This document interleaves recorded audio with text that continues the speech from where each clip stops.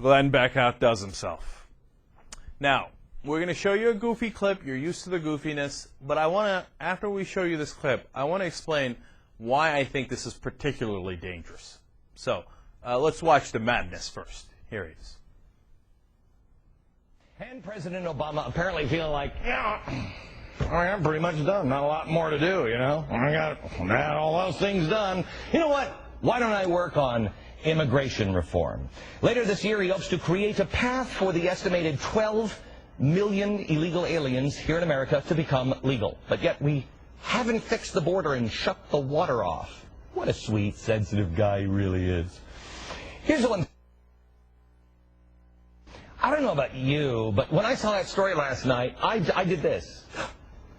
You gotta be kidding me. I mean, let me just ask you a question.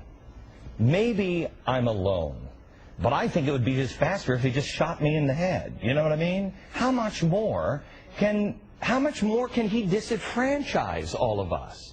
We have Bill Schultz here. He's from Red Eye. And I'm just going to demonstrate at least how I feel, all right? I feel, when I read this story last night, I don't know about you. Let's say Bill is the average American here, and I'm President Obama. This is the way I feel. I feel like President Obama is just saying, you know what? I've got that $3.5 trillion budget that we're doing, you know. Is this cold? Yeah. You know, but where only the fat they cut out is national defense. We have the growing Social Security, we have Medicare, Medicaid obligations, right? Let me get some over here. And this is so disturbing on so many fronts. Now for about $53 trillion. Now, the worst is that we are buried under $1.25 quadrillion in debt. Overseas, Obama is apologizing to the Frenchy French for our arrogance. You know, he's bowing to the Saudi Arabian king. I don't know if you saw that one, okay? I almost forgot. He's also closing Gitmo and letting the terrorists onto the streets. And on the island of Cuba, the Congressional Black Caucus met with Fidel Castro to try to fix the U.S.-Cuban relations, something that would give their tourism industry a billion-dollar boost. It's no wonder that Illinois Democrat Bobby Rush said, the meeting, he said, quote, it was almost like listening to an old friend. Oh, they gazed into each other's eyes. It's been fantastic. By the way, under Castro, 93% of Cuban labor force works for the state. Sound familiar? Average worker making a whopping $9 a month there in Cuba. He's fantastic. We should buddy with him. What would it be like to work for $9 a month? Oh, we may all find out soon. And also, according to the UN, 7 abortions for every 10 babies born in Cuba. Sure, sounds like a vacation in Disneyland to me. But now, last night, I get there and I get on the website and I see that Obama wants to legalize the illegal aliens. You know, when unemployment is 8.5% and underemployment rate is 15.6%. You know, you're having a hard time finding a job, you know, without having to be forced. Do you have any matches? Forced to compete with a whole new crop of workers. So what does Obama do? He says, boy, I'm just out of stuff to do. What else could I possibly do to the American people? President Obama, why don't you just set us on fire? For the love of Pete, what are you doing? Do you not hear? Do you not hear the cries of people who are saying, stop? We would like some sanity in our country for a second. Ironic. We didn't vote to lose the republic. We didn't vote for any of this stuff. We voted for change. You know what that change was? The change we wanted was an end to the games. This guy's a lunatic. We wanted the games to be ended. We want people to say what they mean and mean what they say. We want people just to be honest. We want the parties to actually stand for something. We want the spending that is out of control. You're building bridges that lead to nowhere. You're spending money that leads only to slavery. We just want some common sense. That's all we want. We can disagree with each other on policy. This guy.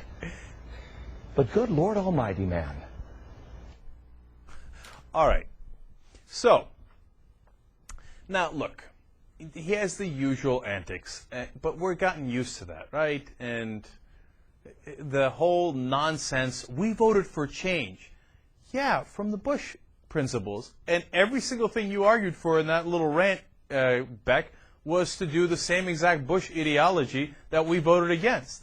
Like, he's detached from logic. That he just does a laundry list of things that he wants Obama to do, and then since he doesn't do them, he says, we voted for change, just stop!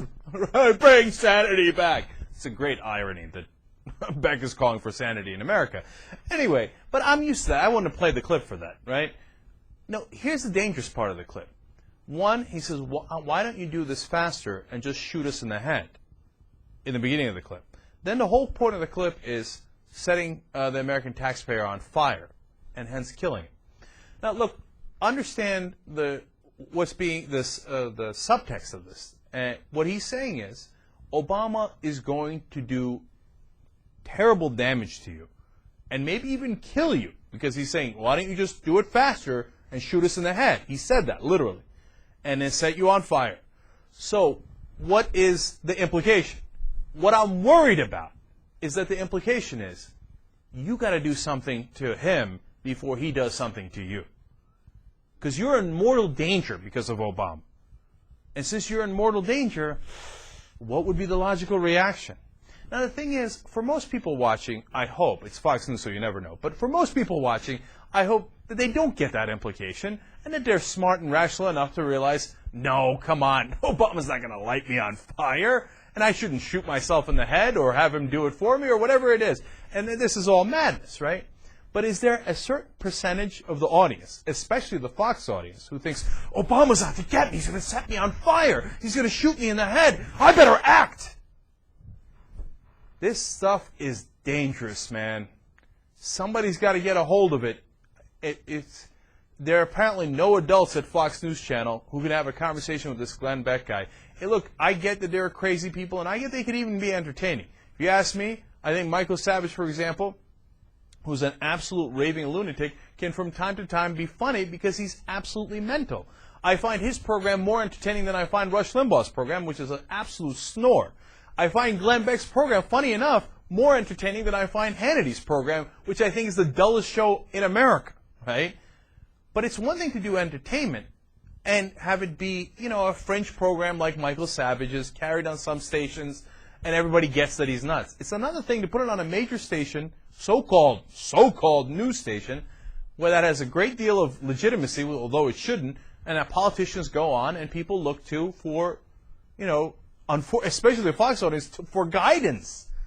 This stuff is getting really, really dangerous. So when he says, hey, look, Obama's going to turn us into Cuba, and we're going to be making $9 a month. That's stupid and ridiculous. But okay, I don't care. You say it all day long. But when you get into this violent stuff, it's dangerous, man, and we can't have it. This is absolutely out of control.